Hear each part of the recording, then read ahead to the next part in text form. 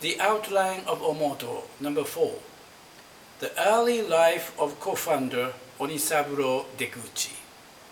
Onisaburo Deguchi, born Kisaburo Ueda, called the savior and sometimes considered to be the Miroku, Maitreya Bodhisattva incarnation, was born of a poor tenant by the name of Kichimatsu Ueda, born Umekichi Sano in Anao village, now a part of the city of Kameoka, on the 12th July 1871. He himself wrote in recollection, "Hungry sang of tenant munching, motley meal of rice and barley. How I felt chills so biting. Turn my socks and garments shabby, such my life in hamlet lonely." Yet he cherished conviction that the world he would be somebody in the future. This was based on a family tradition that every seventh descendant would surely make a well-known character. His grandfather, Kichimatsu, informed his son and his daughter-in-law just before he died that his grandson, Onisaburo Deguchi, would be a useful person because he was the seventh from Okyo Maruyama.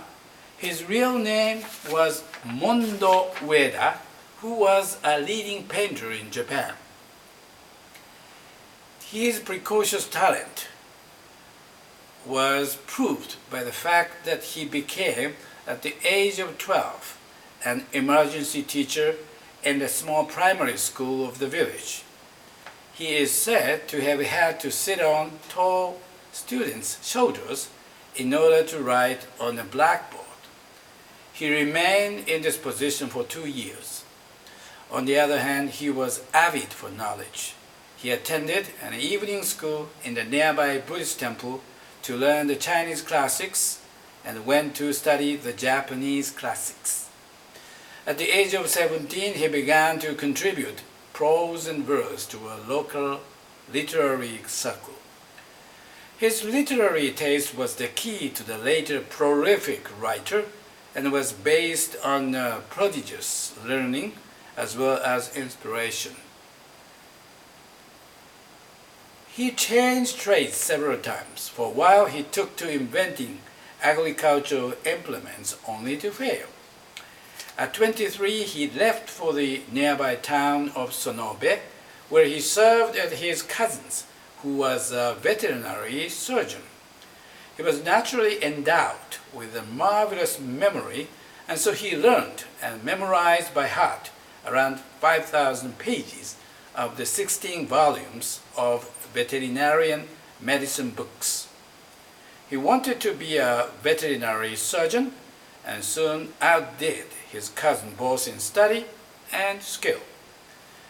But before long he lost the profession.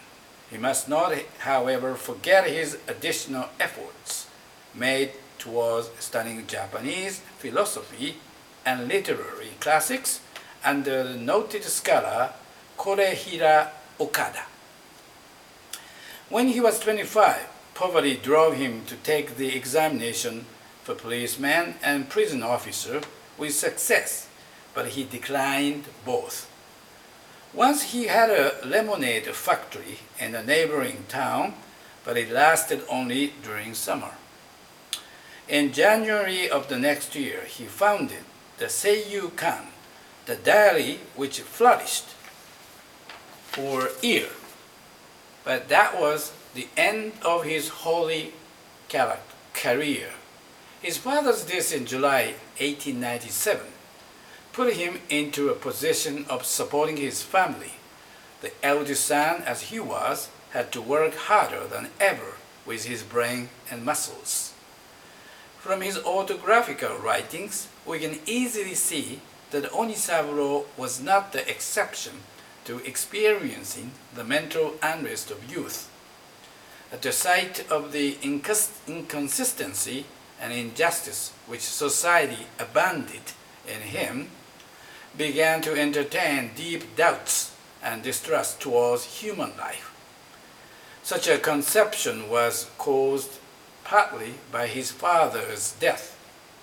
When his father became ill, Onisaburo made every attempt to cure him, and having found all his efforts had failed, thought of asking God's favor.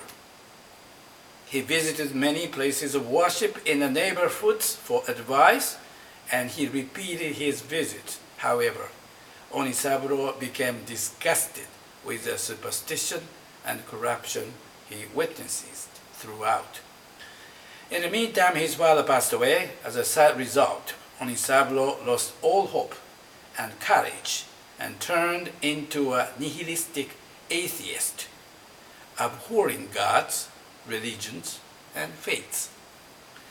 In those days, the actual existence of the rich and the poor reminded Onisaburo of the perpetual question, "May I leave the world as it is? We are not all means of production, including the land and the capital, not given by heaven in order to let all mankind live in happiness? On what grounds and by what virtue or right do landlords and capitalists monopolize the benefit? There are a minority who, without doing any useful work, have all the food and shelter they need and enjoy all their luxuries they can think of, while there are multitudes constantly suffering from hunger and shiver from cold. Is this state of affairs to be left alone? Preaching mercy and love, the established religion have not yet saved the present world, but only give us kind of consolation by letting us dream of paradise in the next. Whatever large amount of knowledge education may give us, it does not feed or clothe us for a day. Laws can be imposed as penalties on some offenders, but based as they are on the lowest limit of moral requirement, laws are not tools for converting people into heavenly citizens. Strong argument on land and sea may serve the purpose of natural defense, but it is not an important implement of bringing to the suffering multitudes. How can this inconsistent world be cleaned up and made a noble heaven? Are we all to have these discrepancies in our mind, being uncompassionate to each other? Do we just look on and do nothing about the present condition of the world in which mankind is in dire agony, facing imminent starvation and freezing, and do we still remain indifferent?